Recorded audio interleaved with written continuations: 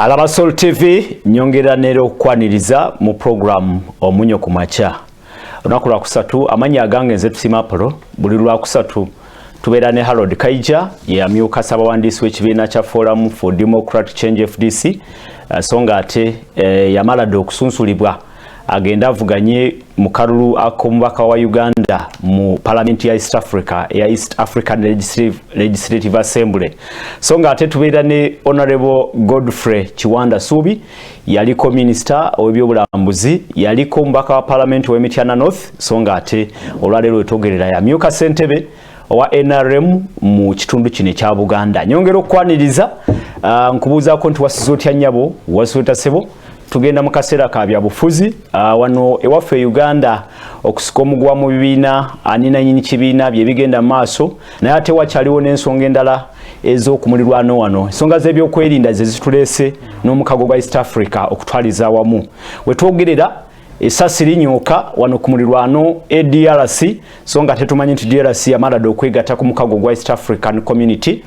mu ntegeka gitulowooza abamu nti oba oliawo etambudde ku sipiidi eyayiriiri amawanga gaali asatu ag'omukago Uganda, Kenya ne Tanzania wetwogerera kati emyaka egitawera abiri ng'omukago guziddwamu gutondeddwawo bupya ate ensi ziri mukaaga nambirira twegatibwako eggwanga lya Burundi twegatibwako eggwanga lya South Sudan songa ate n'eggwanga lya Rwanda liryasooka okwegatta ku mukago guno gwa East African Community. KAIJA gyagenda okutuula n'okuteesereza mu East African Legislative Assembly Parliament yatondebwawo dda ekitegeeza nti omukago oba oliawo entegeka zitambula bulungi mpola mpola oba oliawo ngambye nti gutambudde ku speedi naye ate waliwo balowooza nti waliwo ebyabuusibwa amaaso mu ntegeka eno ey'omukago gwa East African Community bw'ogenda n'obuuza omuntu owa wansi nti East African Community ogimanyiiko kyandibanga kizibu abantu oba oliawo aba wansi tebamanyi mukago guno butya bwe gutambula nawe gutuuse mu mbeera bwe tuwulira entalo ez'ebyobusuubuzi amagi n'enkoko zaffe e Kenya babiganye okuyingirayo ogamba nti oliawo omukago wakyaliwo ebuulamu mu mbeera eyo kyekituleese tukubaganya ebirowoozo ku bigenda mu maaso abakulembeze b'ensi eza East Africa batudde wiiki eno eri wiiki ewedde mu ggwanga erya Kenya ng'ensonga ebatuuziza bwe bufofofo ebigenda maaso wali mu DRC esasi linyooka ba M23 bagamba nti beddiza bawambye n'ekitundu wali ku border ebunagana East African Community ekyali ku mulamwa progress etambudde etya nze naawe ne Harold KAIJA kwe kuli ne Honorable Godfrey Chiwanda Subi. Honorable nsanyuse nnyo okulaba enkyale nange nsanyuse nnyo okusanga muganda wange ate era n'abatulaba ku munnyo ku makya mbalamusiza nnyo ngera banjulidde nze Chiwanda Godfrey Subi Vice Chairman wa National Resistance Movement owa Central Region. Tusanyuse nnyo Honorable. Nsanyuse nange. Soka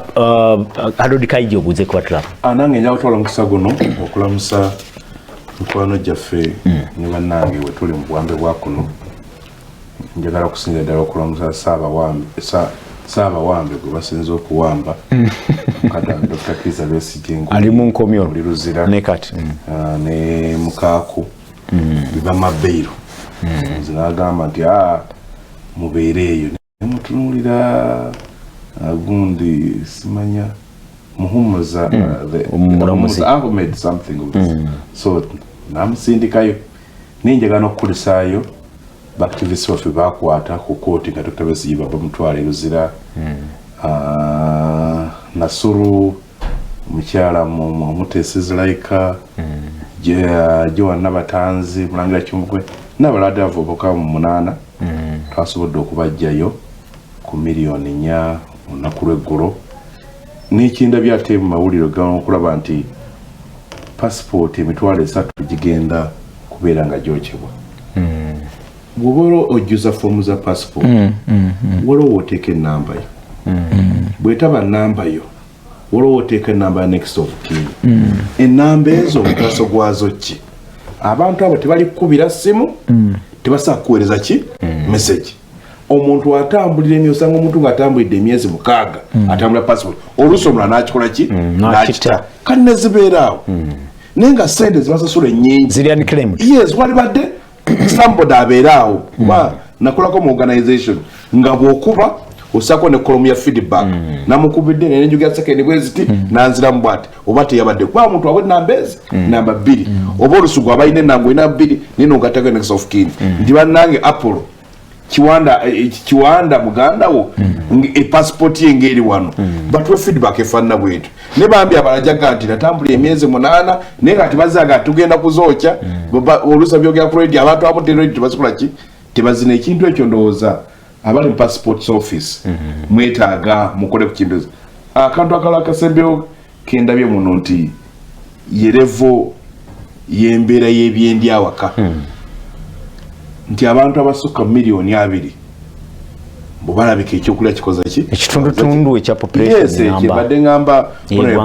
breaking ins abantu okumenya amayumba n'okubba emmere kweyongedde nnyo yeso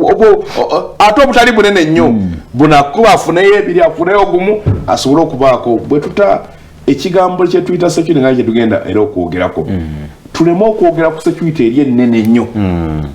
ne waliwo eyo insecurity ze ebba akakoko ebba akabuzi kati olwaleero otambula mu byalo abantu abatayina mbwa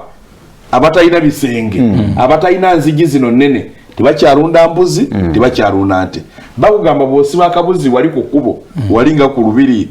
secondary tokasangawo waliwo akatwala akakoko bwe katambulamuko bwe kati abuluba free range okayisa nti bwe tuba twogera ku security kirire nalaba agundi set of the city address Lord Mayor ngalaga nti mu Kampala isonne ebitundu mwena n'ekigambako wano mwenda byokka ebina lights nzikiza ebitundu 9 mu kimu wanzikiza kakati awo nawona bino bikola ki ndowooza state taking over the Twitter security lights kubanga olwale kati olwokuba musanze bagaseera okyemba osanga kudduuka eduka la egundi taya security ng'ekintu ekiri ebigere bisatu tosobola kiraba nga buli omu ayagala watsi ntono asobola okusigala nga akekkereza ne state yali badde taking over security obere nti okutamba ne butamasaamu nana ogw'ekiro omuntu omulengera nga amulaba emisana n'omulala kati ababbi abatali bagumu nnyo ojja genda okwesaba bikendeza nankulakulana bwe tuspreadinga ensimbi buli omuzi mutuukeko buli omu abeere n'opportunity mu ggwanga lwetujja okusobola okulaba nga tujjawo eno embeera gye tulina otherwise abantu bangi abantu bagenda kuddamu okutta bannaabo obutayimbwa ate nga tekate bikyakola bawulire bafiire eyo nobody care kale tweyanze ga tulaba ku Soul TV program amunye ku macha amanya gange nze tusima Apollo Honorable Godfrey Kwanda Subi gwe tutandika naawe ngakuba embuuza y'olwaleero mbuuza eyakajje badde mpanvu nnyo enjukizaamu embuuza gye twabuzanga obukoko naye bwe okugendewako olujja wabuuza mwasize mutya bw'ogendamu emityano wabuuza mwasize mutya era baga Kiwanda yayononekedde e Kampala abuuza agaffeeyo nabonabonabola bakuwa briefing kakati omukago gwa East Africa waliwo abalowooza nti gwasigala mu mpapula ekisooka fenga National Resistance Movement omukago gwa East Africa twagugendamu by choice yes ate and we had no option by the way but the way to go was to go into mukago era ekigambo ky'omukago tetukirimu nakwejalabya wabula tukirimu n'amaanyi gaffe gonna era ndowooza ffe tusinze n'okuteekamu ekinene yes tukirimu n'amaanyi gaffe gonna ekisooka ku core principles zaffe nnya ezisinga obukulu empagi ezizimbirwako National Resistance Movement empagi ya Pan-Africanism twagiwa ekifo kyakubiri. That's how important omwoyo gwa Africa. Omwoyo gwa Africa. Pan-Africanism of course motwalya n'omukago guno gwa East Africa. Nti bwe tuva ku nationalism kyetuddako mukago nga tunatukana ku democracy tetunatukana ku social economic transformation gye tulowoozaako okwekulaakulanya twalowooza nti ekimu ku kyetulina bwe twali tusoosowaza ensonga zinenya kubanga tulina empagi nnya ffe kwe tutambulira nga ekibiina kya National Resistance Movement omwoyo gw'okubeera bannayuganda obumu omwoyo gwa Africa okukola ennyo butaweera okuteekawo enkulaakulana n'obugagga ate ne demokrasia z'empagi nnya kutambuliza era empagi ezo buli mulundi gwe tuba tukola kye bayita manifesto kye tusuubiza abantu mwe tujja manifesto yaffe mwe tujja mu mpagi ezennya mwe tugaziya kwene empagi tugenda kukolako kyenkana ki bwe twogera ku mpagi ya social economic transformation kiki twagala okuteekako amaanyi nti ku mulundi guno amaanyi tugenda gateeka ku infrastructure tugateeke mu masannyalaze tuteeke mu nguudo tuteeke mu kino bwotuuka eggulu bwotuuka Arua bwotuuka Mbarara ennaku zino ndi musanyufu nnyo sooti erina engeri gyesoosowaza Mbarara buli lwotundako botunotunda ekibuga ky'Embarara naye ate onako olumulega nti kati ngenda kusoosowaza Arua oba ggulu omuntu atatuukangako wano ng'amanyi ali wano Kosovo wano wammanga ate noganagamba ekyo kye balaga Uganda balagawo ebyo ekyenjawulo kye tulina kiri kimu sooti kyetulina nti tesooka tulaga Mbala as it was and Mbala as it is today.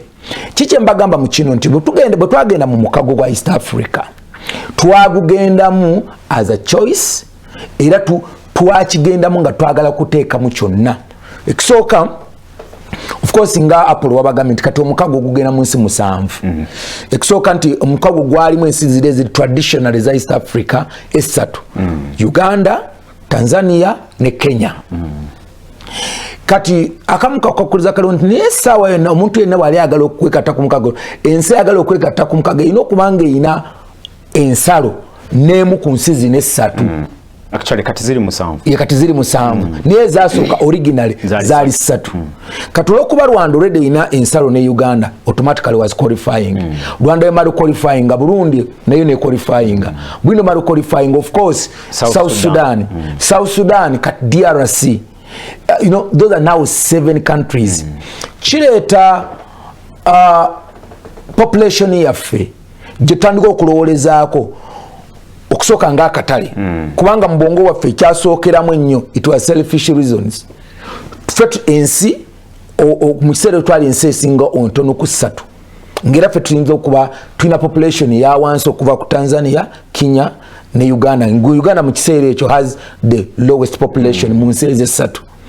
Karuga ne twetaaga akatale kana akawamu. Akatale kana akawamu kajja tutula almost mu katale akayingira milioni nga 12. Olwalero we tugenda mu katale akagenda milioni 3. Yeah. 300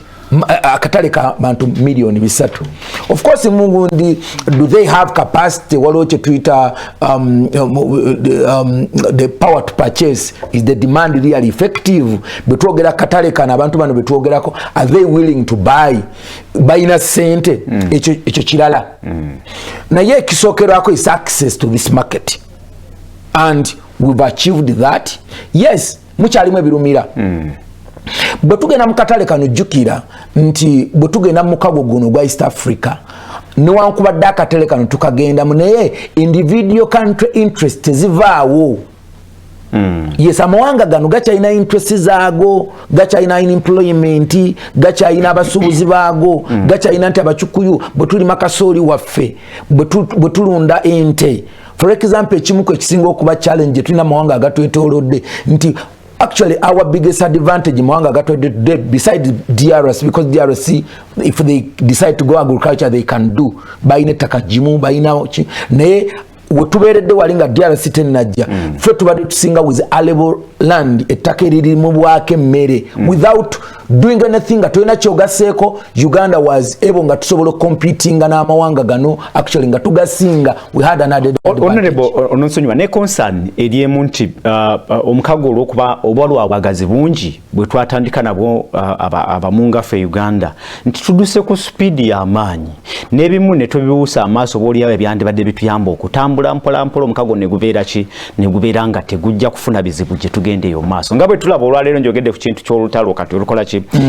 okwanguyiriza okugattako ensi zino nnyingi mu kaseera katonotono naye ng'ensi zirina ebizibu byazo yiyo Congo ekoze eki neffe tunulidde kimu obusuubuzi naye ng'obusuubuzi tebusobola ekintu entambula olaba nga tutambudde bulungi. Apollo gy'ontwala of course njagadde okukolaga ekisooka wali nti amaanyi ago nage tuteekamu omanyi it depends engeri kikyotooza mu kintu kifunamu ntagamba abantu nti omuntu akedde ng'asuze Kosovo wano ewaffe yasuze wano ku Soloti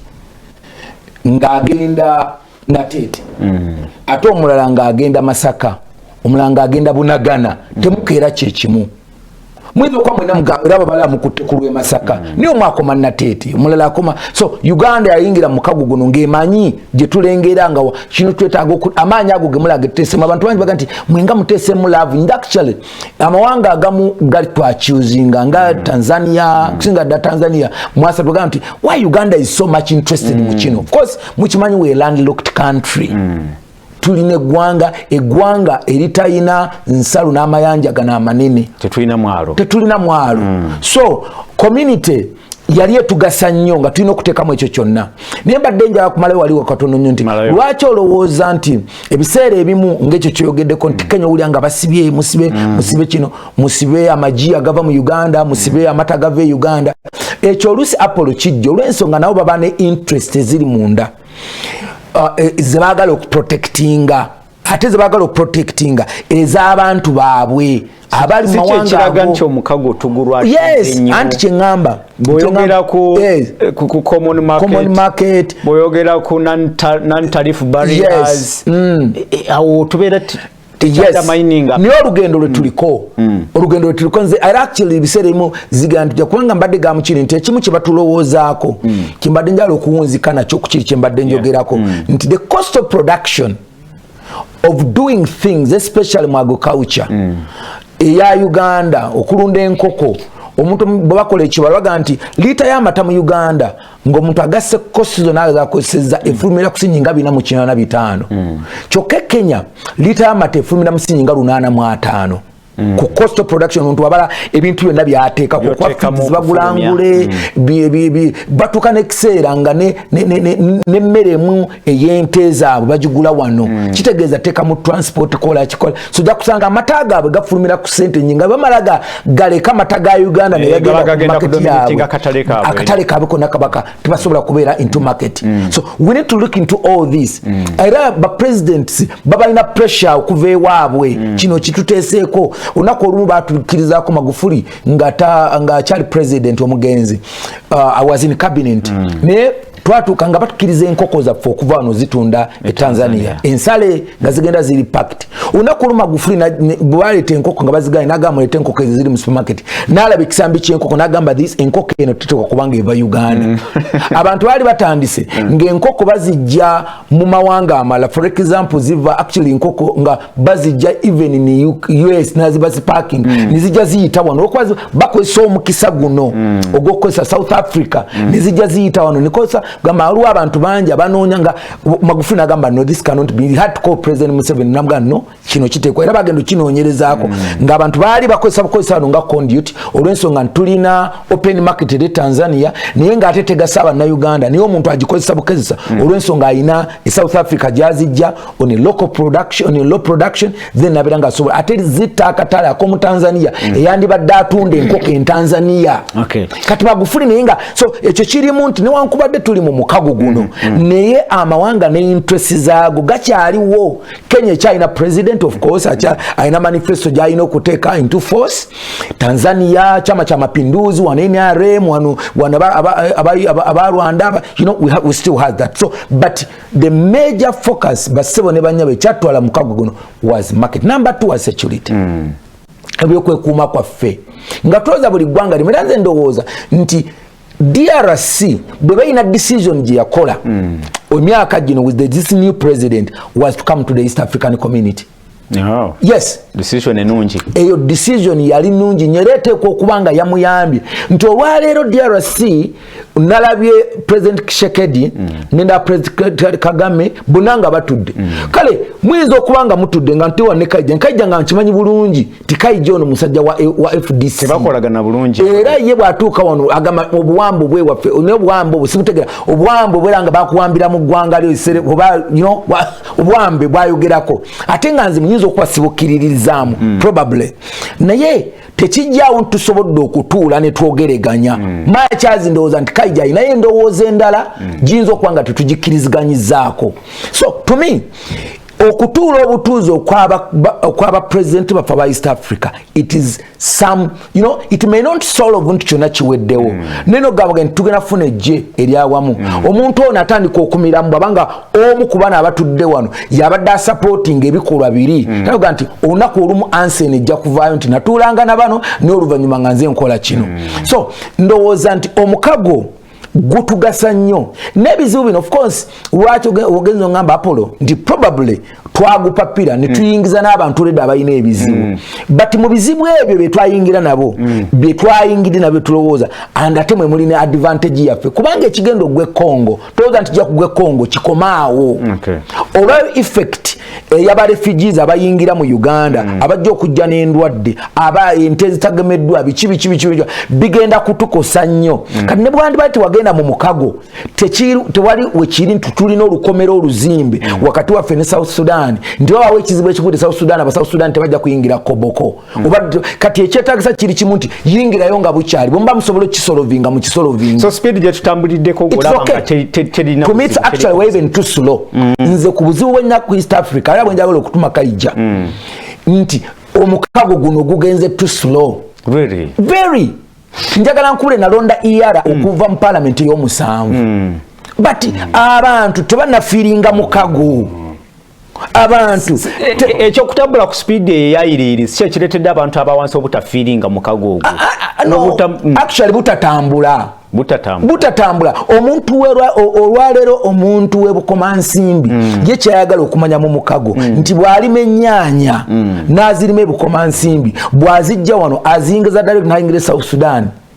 n'ayingira wano niba bakyaliwo emiziziko gino komu kino tekiriwo ekyo kitegeeza nti tetunatambula ku speed yeetaagisa. To me we are even too slow for the East African community and we need to move even on a higher speed. Ku speed tutambudde kasoobo njagala okwebaza Honorable Kibanda submission yawadde ekintu banna Uganda n'abatuuze boyinza okugamba aba bulijjo lwakaba aba bulijjo ate beyita bawansi si bawansi ba citizens basinga okwetaaga mu mikago nga gino economics byanfuna kati fe fast tracking gye tuvuga ya politics era kyensiba ntera okugamba tusooke tuholding back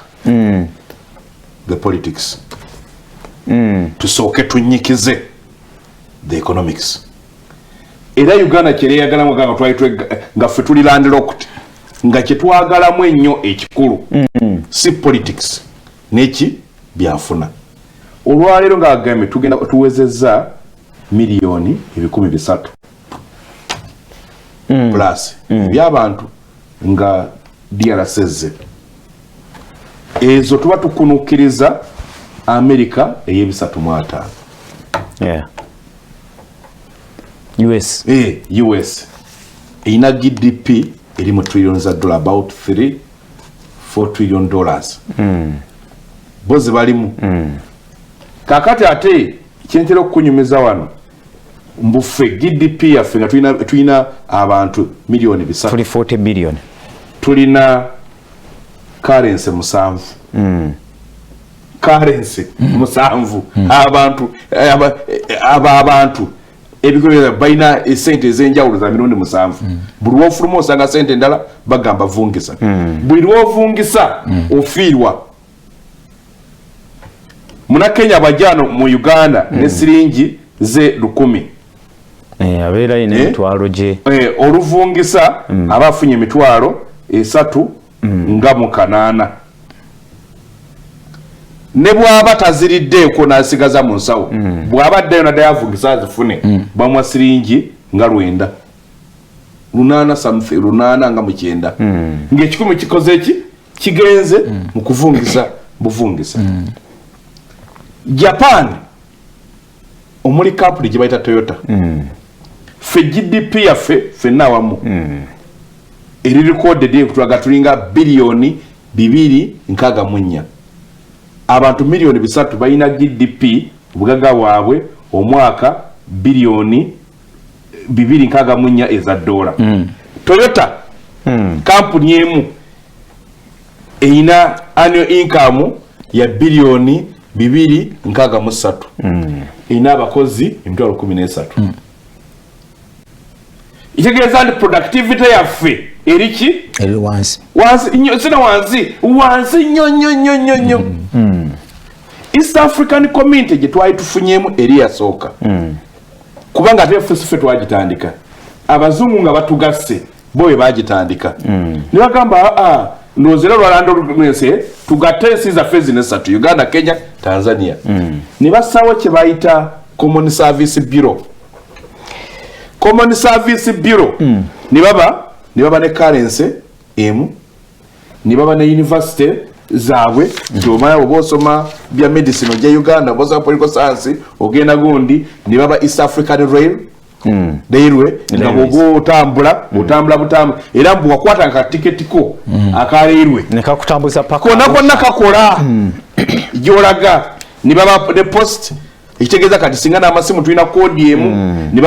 bakola research wamu kati omwana yavanga wano Uganda ng'alina ID ye n'oyinga n'ogenda n'okola Kenya kati olwala bakugamba mbu tewaliiwo visa free ne mba ngende Zimbabwe tebansaba visa ne bakubuuza ennaku bwe mba Kenya ekyambuuza ennaku tuba tetulina community zengenda kumalayo bwe mba Rwanda ekyambuuza ogenda kumala ennaku mmeka eziwandiike tuba tuli mu community kubanga ne mba ngende Zimbabwe tebazikola ki tebazimbuuza kakati ne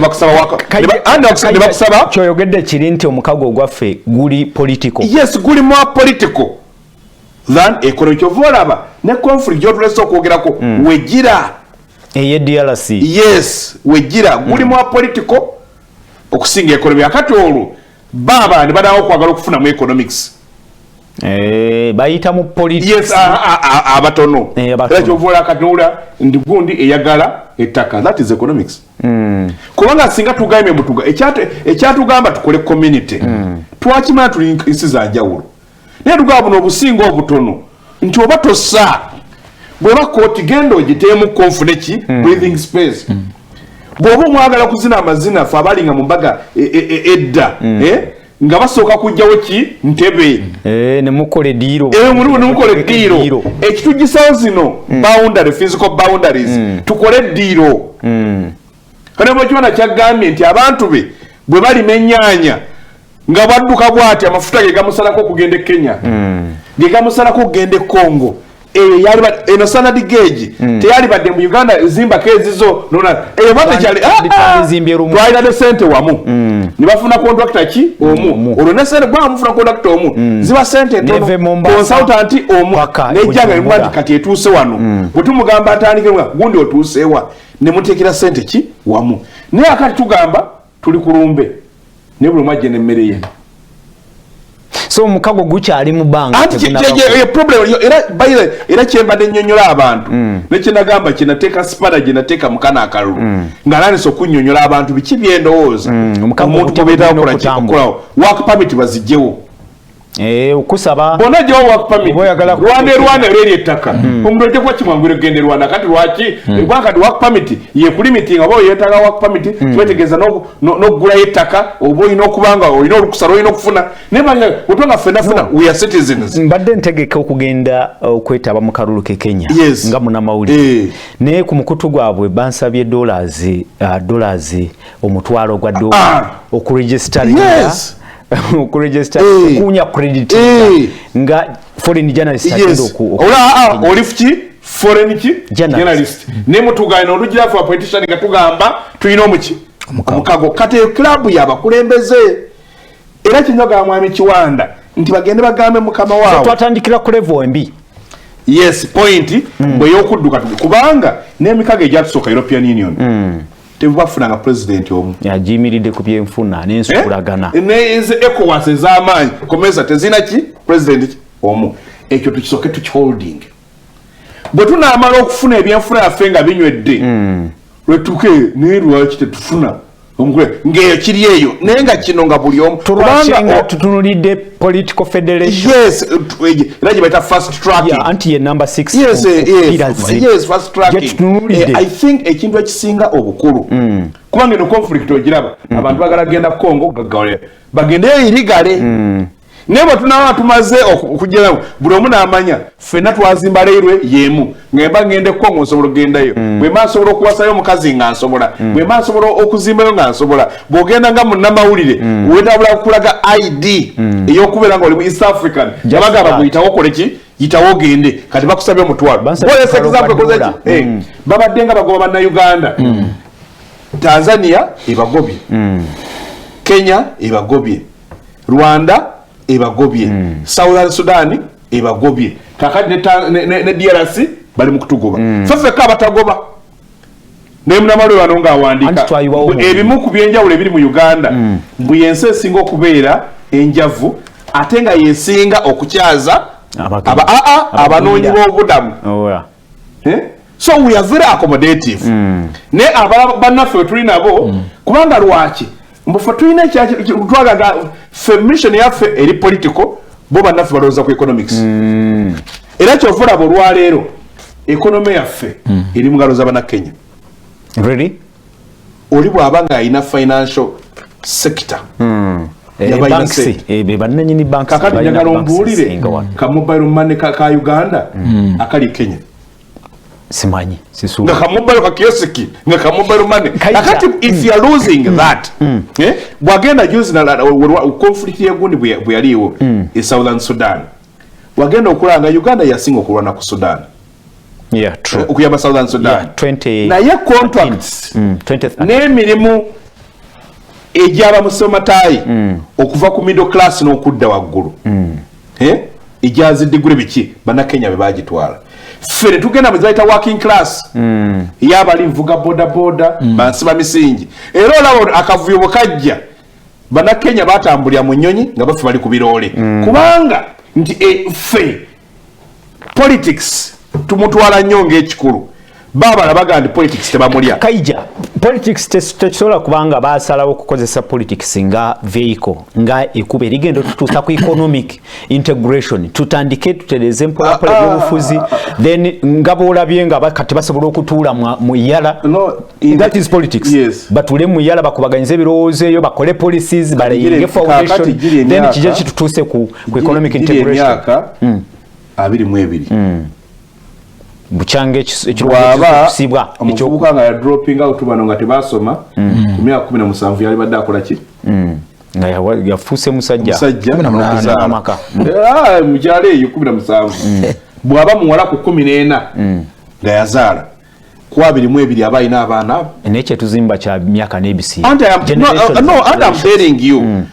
baga foundation kyekikulu biki bye musoose okwagala okukola ki okufunamu ndi mukugamba mweri arrangement yo Kenya efunye yo yamaze dde okufunamu ekyayo yegenze apere ki economics zigitwala negira bwete ate enene oli bwajja n'okwata bagamba ne Congo bandibanga bajja tusooka no they will kubanga Equity ejjagendayo KCB egendayo wano baga zinga banga wanonya ezaba na Kenya 5 fe tuzimbye engu bozi banguyize kakati strategy eyo abantu bonga ababulijjo tebafunamu kuba ne bajja ne bakuwa politics bw'oba olina politics nga totrolling economy era oba osaaga era bano balobisi b'abantu bajja kujja bakusuuza ekintu ekisinga obukulu naffe tudde tubale era naluli emise banuzale naye ga twagala nnyo politics n'eri egenda okugwaga Bannakenya bagifunyemu okusinga baba bagamba buli omu asigaze byalina gye twasigaza headquarter ya East African Bank nekinereirwe twe twasigaza Bannakenya era buli kimwe ekyamaanyi bakikola ki nikitegeeza nti Bannayuganda we are too political nti kano zino engalo tuzaagala nnyo kakati bali bo bannaffe basirika ne badda ki wansi tulina naffe okudda wansi ne tupima abantu kibita ku matching foot by foot gundi abala ki nange kankibale bwe banga Bannakenya be balina banks wano kale bwe twali tusagenda Nairobi lwaki tudduka naffe tugenda e Southern Sudan netunegotiatinga egundi sentina ye bank ya Uganda na buno zino endala zino ezikyalimu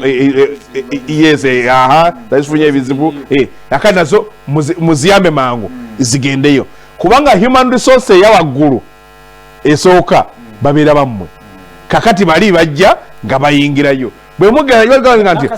nti musobola okufuna ssente ne zijja eno ne kalensi yaffe nefuna amaanyi ekimu ku bifudde kalensi yaffe okubeera nga egoberera Kenya nti bannakenya bo ekonomi ya East Africa bagibala obudde butuuse tutandika okubala buli omanyi oli bwagenda efu economic reasons n'abantu tebamanyi mulwanyisa tebamanyi mulwanyisa yes abayindi bajja wano bagenda otuyingira bakuwadde ensigo z'ebikajjo bakuwadde pamba bakuwadde mwanyi ate mbu basobola n'okuwola nga tonazazula abantu bagenda okusinkana ng'omuyindi ne ku kyalo ekisemba yakoze eki atuuse politics wamwe tamukola ki tamwogerako kakati gwe wa politics bwerayo politics sex people okyendi bannayuganda balowooza mbu abantu abasinze okubba mu Uganda babyabufuzi naye nga abantu abasinze okubba mu gavumenti y'abano batekinokrati PS bano owuliranga bano sijja mukomera banamwa abali eruzira bawuli amanya gaabwe bajjaga musajja atuse mwe babeera ku TV kuno naye nga obalaba bakoze so nti ekizibu kyoli mu kulaba ekya Uganda Congo Rwanda Congo ate njaga mugambe n'omwami ono akulira amagye g'okuttaka ave ku Twitter ave ku Twitter gundi yali akyogerako Michelle Obama ng'asabira Hillary Clinton akalulu n'agamba leero saakukwasa ggwanga lyaffe muntu nga ye characters wazalinga characters 215 nga ye buli kyalowooza kwakikola ki kwaja era baamulaba yaleeta obuzibu bungi eri America waliwo yatuuka n'alumba papa nga tamanyi nti papa yasoma climate change yes anti omanyi gundi yatugamba ni Bismarck yagamba the media esobola okuzimba oba okumenya ne social media nayo media kubanga bw'obiwandiika buli baga gundi wamulabe bwe yakoze ki bwe yagambye bw'ati nti weetaagawo transparency engeri gye twandolinga ensonga eyo kubanga omuntu asinga okusasulira conflict eno omuntu asinga okusasulira ola bwetwamala emyaka 3 nga tuggaddewo boda y'e Rwanda genda mwegenda obuuza abantu b'ekisolo be basinga okukola ki be basinga okufiirwa kati bw'olaba kino ky'oli mu kulaba kati abantu batuuka ne batandika okuwalana kyekibi kya politics anti kyeri mugamba anti kyegamba kakati ambe ogenda okulaba okyekati ow'ekisolo owe Rukunjiri owaawo ntunga mu district ezigenda awo mpaka eri West Nile kati bwemu yagambye wayi soka tukole ki tulindemukko naye olubuto terulinda looni terikola ki terinda kubanga abawo badde Abanyarwanda badde bagendayo nga bwe badda kati mulaba nti omusajja atukoze eki so nti tulwana okulaba nga tunyweza olunedio lyagambye tujjemu Entebbe tugambe nti kyetufunamu ky'abantu baffe ekigambo kye bayita control bapolitician kye twagala tukikendeeze tukole economic union ojja genda okulaba n'abaagala okukulembera ng'olwa tokyalina na lwaki oyagala kukola ki kulembera sitaano ekusooka saa kukirizigana ne mwami Kaija agamba nti omukago guno tugufute political omukago guno mwami Kaija akimanyi bulungi tulina stages nnya the 4 pillars ez'omukago gwa East Africa empaji nnya zetuzimbirako omukago guno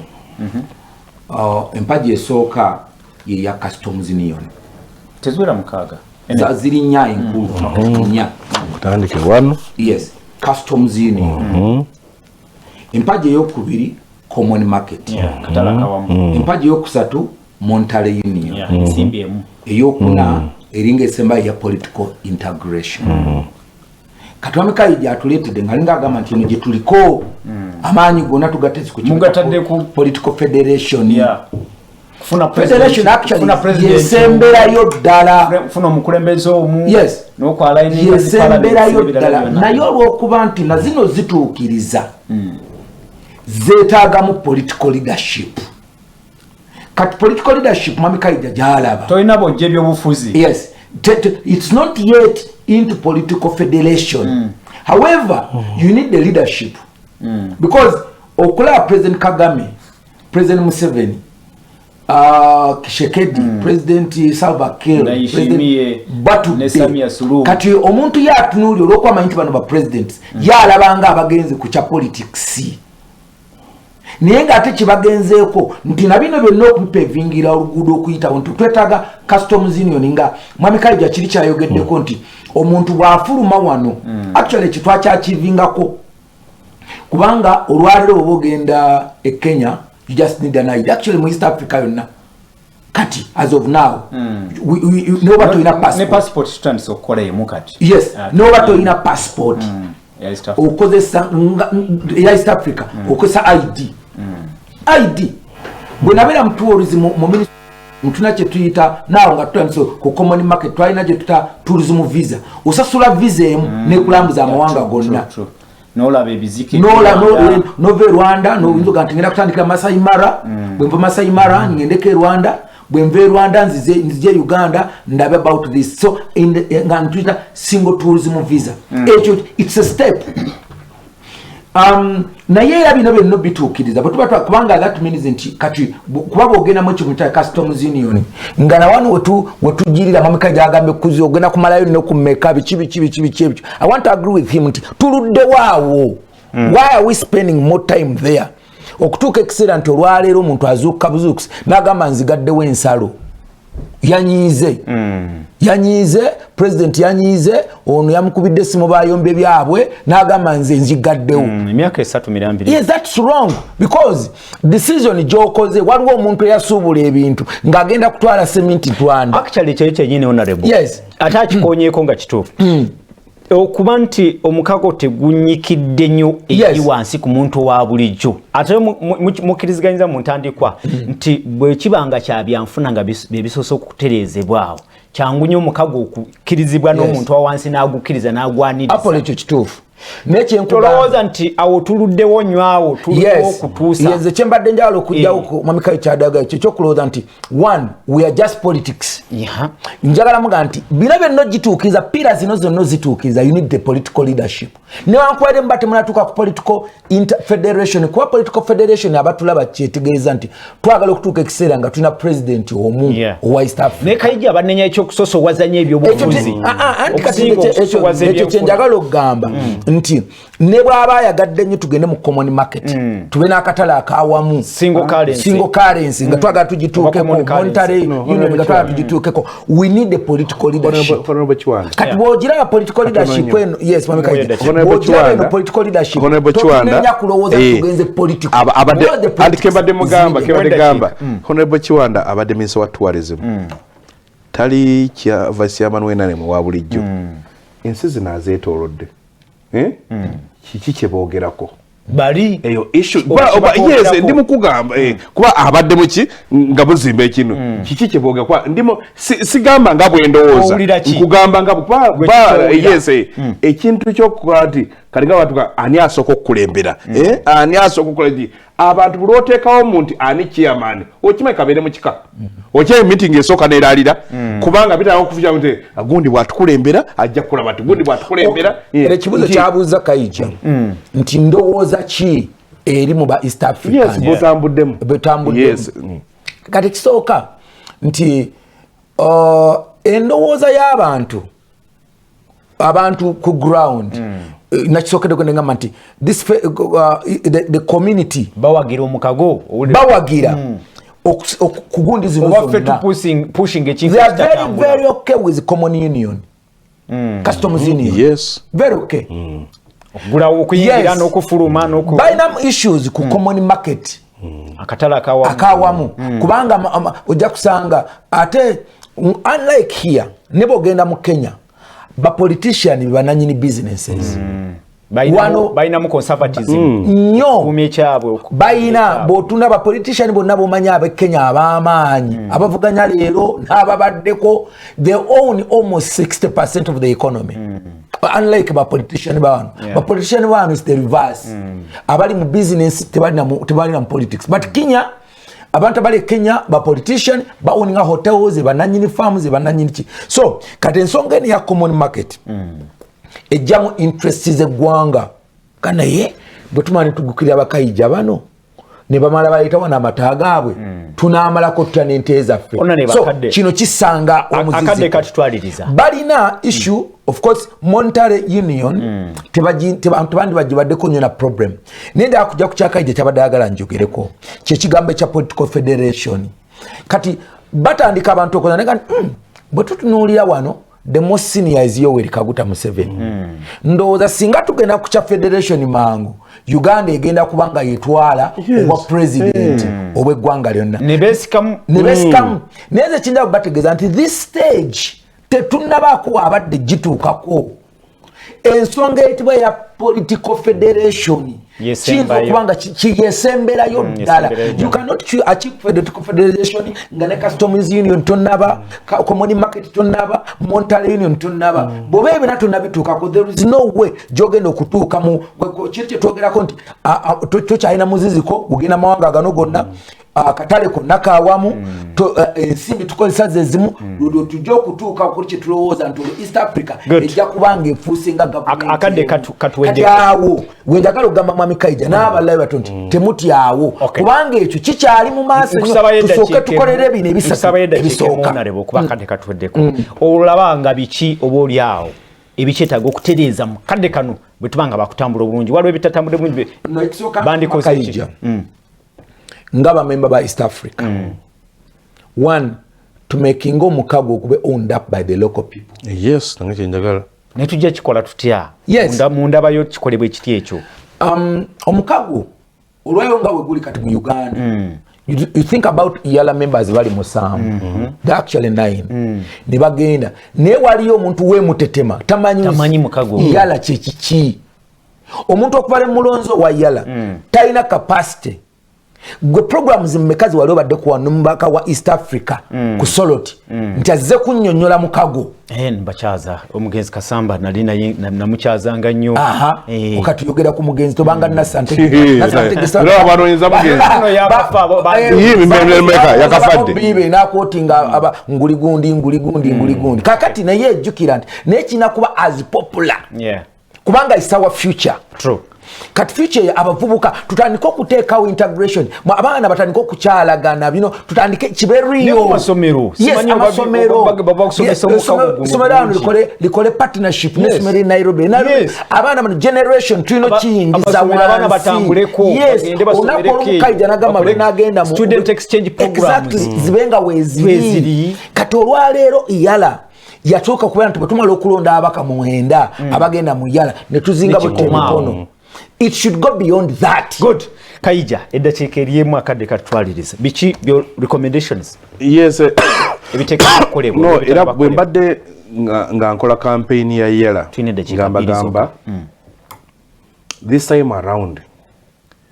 batandika okulowooza ku content y'abantu be basindika ne mu yela ng'abantu basooka okumakinga bulungi n'abamawanga amalala. Dutuso genda okukola negotiation eggwanga lyaffe mwe tufunyamu nenga n'abala osobola okuleeta ekintu nga okifunamu nenga n'oli alaba akifunamu kubanga kulonda ttiimu ya Uganda egenda okuvuganya mu Africa oba mu World Cup togamba nti bw'ogironda nga osaaga yes onenda owulira gundi bamuwadde kubanga ki mukwano gwa gundi that kind of stuff gundi bamuwadde anti kano mayi kati yali afiiriddwa kirye kati bw'okikola mu that kind of reward system nga tokikoze ku merit n'oli agendayo tawulira nga alina obuvunaanyizibwa alina omulimu omunene gwagenda okukola as a matter of fact nze gundi zino kubanga tisinalaba yafuna political federation zino gundi ezisooka esatu customs union market union monetary union nekye nagambye gye bayita common service bureau nga bwe tugamba nti bannange omusujja ze tropical disease gulumensi za sub-Sahara ki zonna lwaki fe aba East Africa tetuteekamu ssente ne tufuna eddagala eritaka akawuka ka mosquito tulikola muki nane tulitula mu South Africa tulikola pandi bwa party bagikiriza okumana emyaka nga 25 in that omanyi kati ebintu gategana mwena mugasa resources ne mukola ekintu kati ekyo ne mukikiriza ndi kubanga kati ebyo ebintu byolaba ebyedi mugamba okola party TV kyebyo tebikola politician bikola abawansi lwojja okusobola okulabanga abantu obetabiza ne nga tugamba nti abakulembeze conflict eri kuba nalabye nga tebayina kamera zibatulaze byabadde mu meeting wetaaga okwogereza otuufu akulembeze mulowooze nnyo ku bantu ababulijjo abafiirwa buli wabaayo obutabanko fana bwe njagala okubaagaliza wiiki ennungi Mukama Katonda abakuumi abali ku Soul TV munasonyiwa akadde katusazeeko Honorable Godfrey Chwanda subi tuliko kwebaza akadde kokusibula kaweddeko mugamba agambe baayi mubere bulungi Mukama abakuumi bano bananyini kintu sio Mukama wange netonda abatu tubeyanziza okuba nti mubadde naffe ebbanga lino lyonna tugenda myemize netefune mugerwa ensonga zino nkulu era muzitwale nga nkulu mbasibudde agange ezo tutima polo musibe bulungi mweraba